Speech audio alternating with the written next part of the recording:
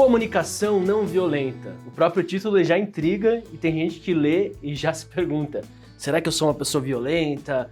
Será que a minha comunicação é violenta? E nesse vídeo aqui eu vou compartilhar com você o que é, qual a origem, os princípios e como praticar os 4 componentes principais da comunicação não violenta, que a partir de agora eu vou chamar pelo nome carinhoso de CNV. Meu nome é Ivan Petri, eu pratico e estudo CNV desde 2015 e no meu mestrado estudei a fundo esse tema conectado com liderança.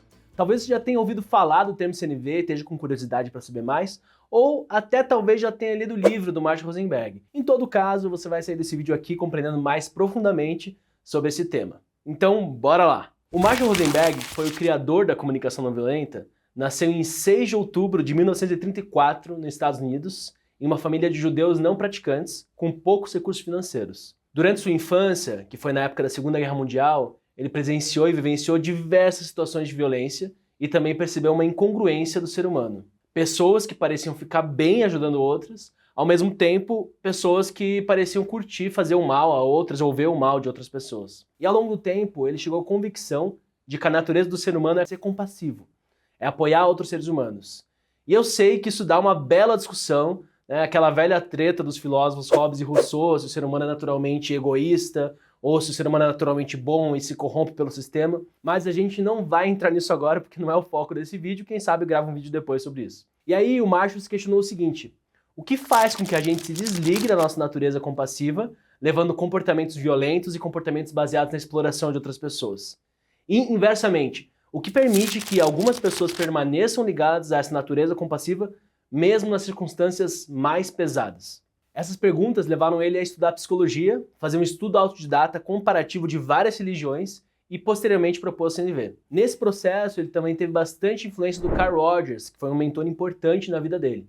O Carl Rogers ele é um dos nomes mais importantes da psicologia humanista. A CNV é um processo que combina o uso de pensamento, linguagem, comunicação e poder para criar uma qualidade de conexão interna consigo e com as outras pessoas que favoreça ações compassivas. Esse processo se apoia na reformulação da maneira pela qual a gente se expressa e escuta as outras pessoas. Na expressão, a busca é pela autenticidade, expressando com mais precisão o que se passa no nosso mundo interno.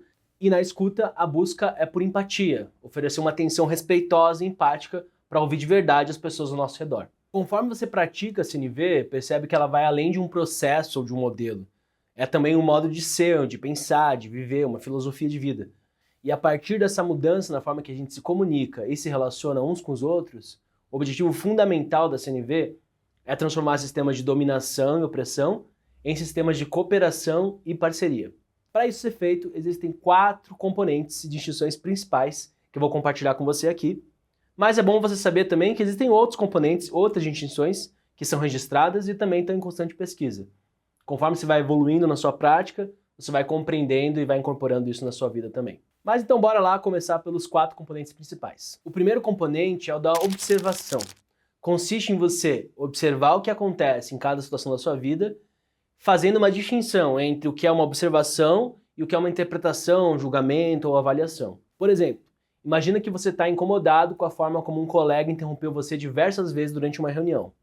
Se você disser para ele: pô, você sempre quer aparecer e fica me interrompendo, interrompe todo mundo, essa expressão ela já é uma avaliação, ou seja, uma interpretação que você faz da situação, misturando julgamento e generalização, como sempre, todo mundo. Agora, o que estaria mais próximo de uma observação seria algo como: na reunião de hoje, enquanto eu apresentava o relatório, você falou enquanto eu ainda estava desenvolvendo o meu raciocínio em 3 momentos diferentes.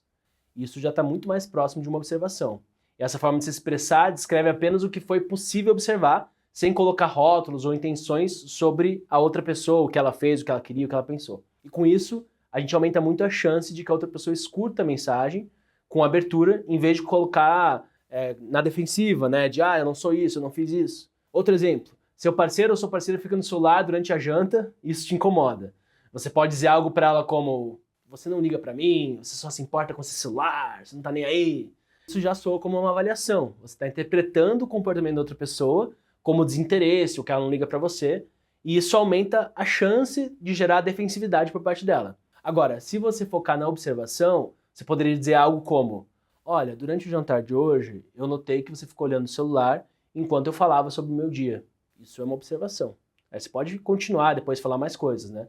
A proposta aqui não é obrigar que a gente permaneça o tempo todo completamente objetivo, que nem um robô, só falando observações, mas a ideia é que a gente não faça avaliação e interpretação de maneira não pensada, né? Porque a gente precisa conseguir escolher intencionalmente não misturar essas duas coisas nas nossas falas para aumentar a probabilidade de que as outras pessoas ouçam a mensagem que a gente deseja transmitir e diminuir a chance de que se crie uma barreira, né, entre nós, para a pessoa ouvir como crítica ou como um ataque a ela. Isso gera um desentendimento.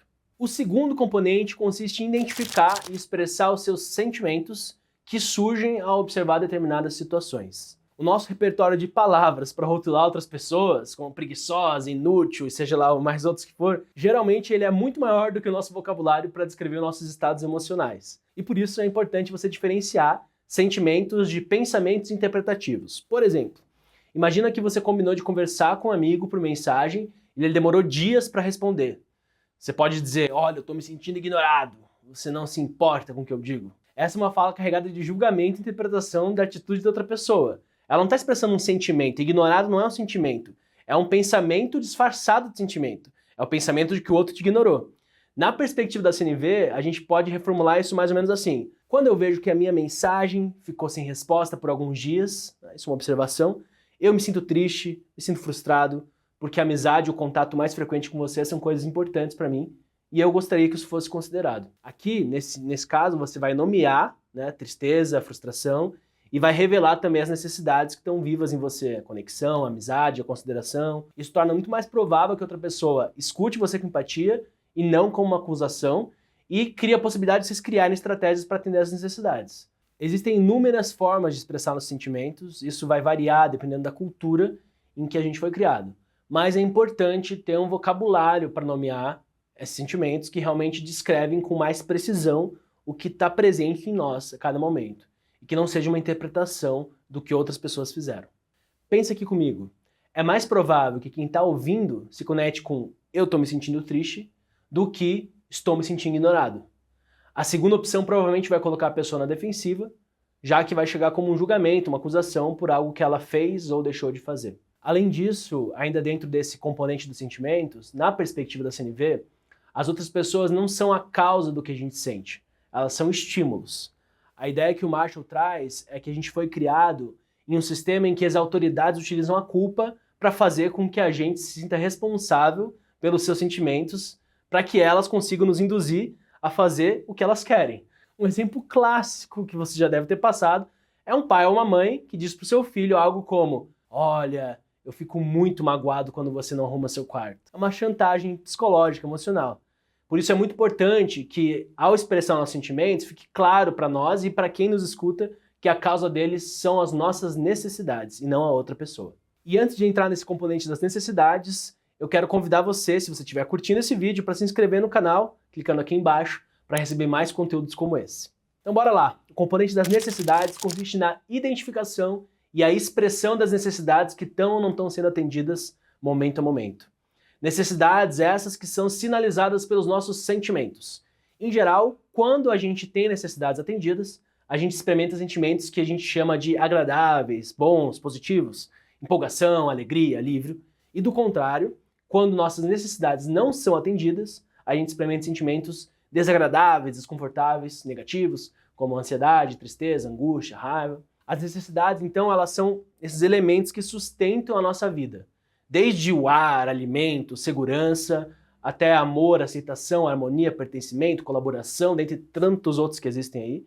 De acordo com a teoria das necessidades humanas universais, todos os seres humanos compartilham das mesmas necessidades, seja qual for o gênero, o nível de instrução, crença religiosa ou nacionalidade. Alguns autores, além do Marshall, que estudaram essa perspectiva, foram o psicólogo estadunidense Abraham Maslow e o economista chileno Manfred Max Neff. Vale a pena dar uma conferida no trabalho deles também. O que distingue as pessoas, então, são as estratégias usadas para atender essas necessidades. Por exemplo, vamos pensar na necessidade de conexão. Uma estratégia para atender essa necessidade pode ser: olha, eu quero que meu parceiro, minha parceira me ligue todos os dias à noite para a gente conversar. Mas perceba, essa estratégia envolve uma ação específica, que é fazer uma ligação, feito por uma pessoa específica, que é o parceiro ou a parceira, de um jeito específico, todos os dias à noite. Se essa estratégia não for atendida, a gente pode ficar frustrado, magoado e até concluir que a outra pessoa não se importa com a gente. No entanto, o que realmente está vivo ali é a necessidade de conexão. A essência que está por trás daquilo é a conexão, que pode ser atendida de várias outras formas, como em uma conversa presencial, uma troca de mensagens afetuosas, um tempo de qualidade junto no final de semana, uma conexão com outras pessoas também, amigos, familiares. Quando a gente consegue identificar de fato a necessidade por trás da estratégia que a gente está buscando, a gente ganha mais liberdade e criatividade para encontrar outras formas de atender essa necessidade, sem rigidez, sem tanta cobrança com outra pessoa.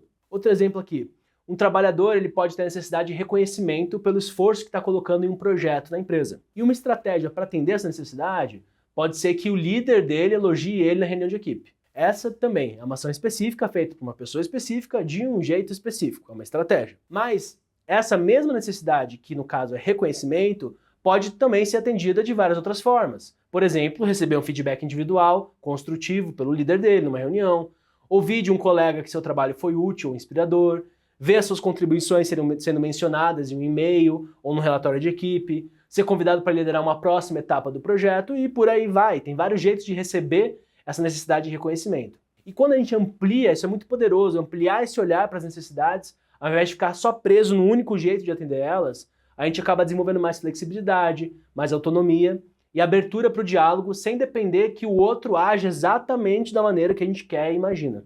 A CNV nos convida a reconhecer que a estratégia pode variar, mas a necessidade continua sendo legítima e universal. E quando a gente fala a partir da necessidade e não da cobrança por uma estratégia específica, a gente aumenta as chances de cooperação com outra pessoa. Uma diretriz para separar as necessidades das estratégias é ter em mente que as necessidades não fazem referência à realização de ações específicas por pessoas específicas, e por outro lado, estratégias, que também podem ser chamadas de vontades, pedidos, desejos, soluções, são sim ações específicas realizadas por pessoas específicas. E o nosso foco tem que ser em entender bem as necessidades, focar nelas e ser flexível em relação às estratégias para atender essas necessidades. O Marshall defende que julgamentos, críticas, diagnósticos, interpretações dos outros são todas expressões alienantes de nossas necessidades e que quando as pessoas ouvem qualquer coisa que soe como crítica, elas tendem a investir sua energia na autodefesa ou no contra-ataque e por isso é importante diferenciar observações de interpretações, incorporar o vocabulário de sentimentos e necessidades à nossa comunicação. Vale ressaltar aqui que a CNV se baseia no respeito e na promoção de cooperação verdadeira. Então, assim, quando a gente está falando do atendimento de necessidades, é preciso considerar tanto as pessoas, né, que a gente está conversando, as necessidades delas, quanto as nossas necessidades. Não deixar nenhum lado de lado. E pode acontecer, por exemplo, de alguém não aceitar um pedido seu por uma estratégia que você pensou para atender determinadas necessidades suas. Por exemplo, você pede para um colega de trabalho ficar até mais tarde para te ajudar a terminar uma entrega. Ele pode recusar e você pensar que ele está sendo egoísta ou que ele só pensa nele mesmo e tudo mais. No entanto, é bem possível que ele esteja dizendo não à sua estratégia e não dizendo não à sua necessidade. Talvez ele também esteja com a necessidade de descanso, tempo com a família dele, ou respeito aos seus próprios limites. E naquele momento, a estratégia que você propôs, que é ficar até mais tarde, não contempla essas necessidades dele também. Quando a gente tem entendimento e a gente adota essa postura de que tudo o que o ser humano faz é para atender necessidades, a gente percebe que não tem inimigo ou pessoa má e que tudo que as outras pessoas falam, fazem, querem, no fundo, tem a ver com o que elas julgam a melhor forma possível de atender as necessidades delas naquele momento. E aí a gente pode ajudar elas a encontrarem estratégias mais eficazes e menos danosas, sem precisar culpar, envergonhar ou odiar elas por não serem quem a gente gostaria que elas fossem naquele momento. Então, em vez de ficar impotente ou de julgar as pessoas para que nossas necessidades sejam atendidas, a CNV adota a tática do poder com, de que podemos compartilhar nossas necessidades, escutar as necessidades dos outros e chegar em estratégias que atendam todas essas necessidades. Por fim, o quarto componente é o pedido.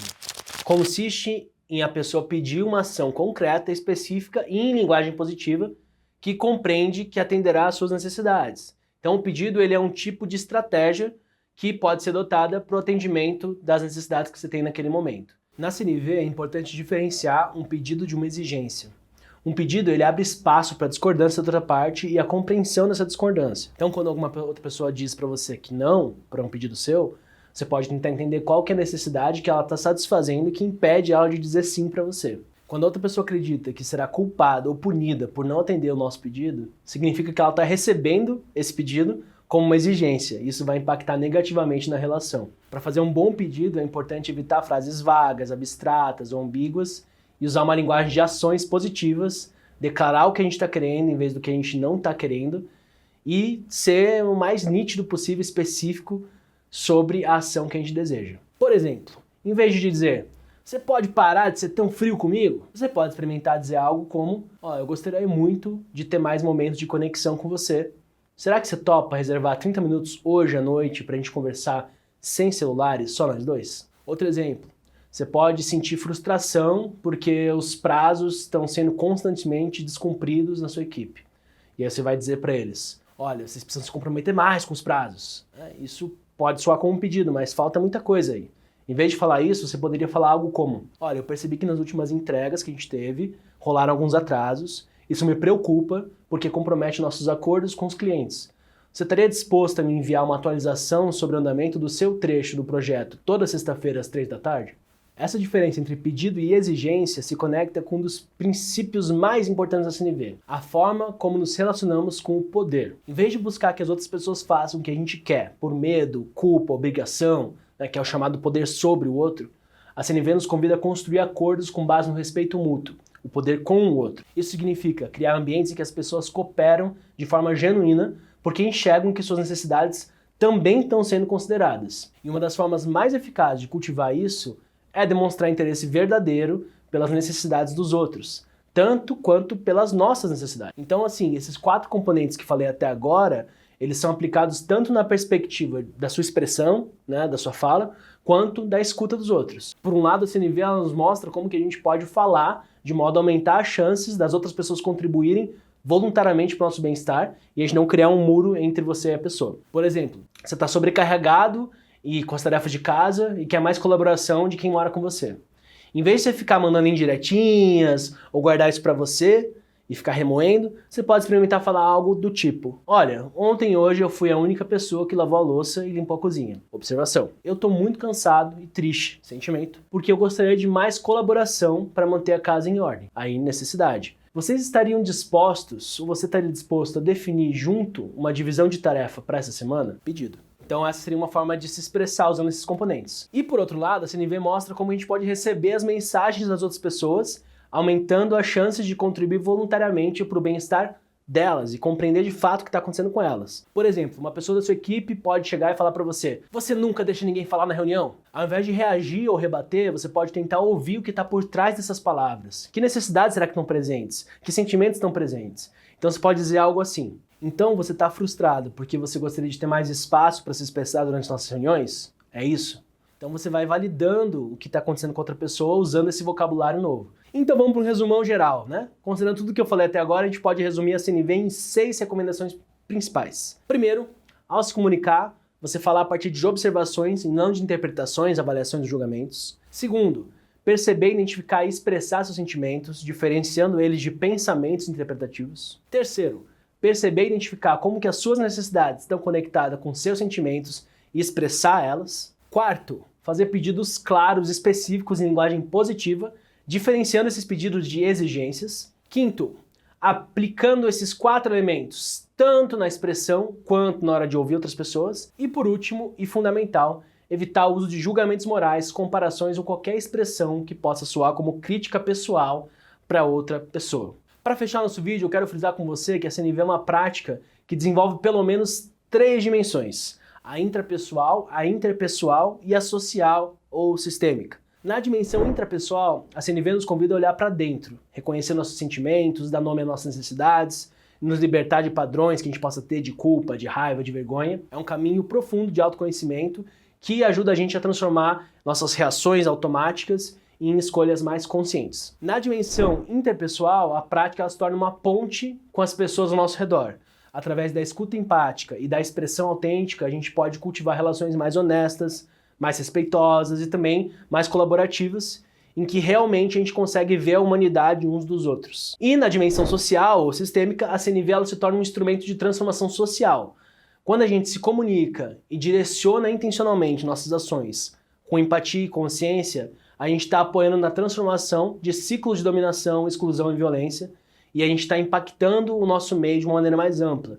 Nesse nível, a CNV é uma forma de promover justiça social. Essas três dimensões estão profundamente conectadas e o modo como a gente se trata internamente influencia o modo como a gente trata os outros, e o modo como a gente trata os outros molda o mundo em que a gente vive e a cultura desse mundo e como ele opera.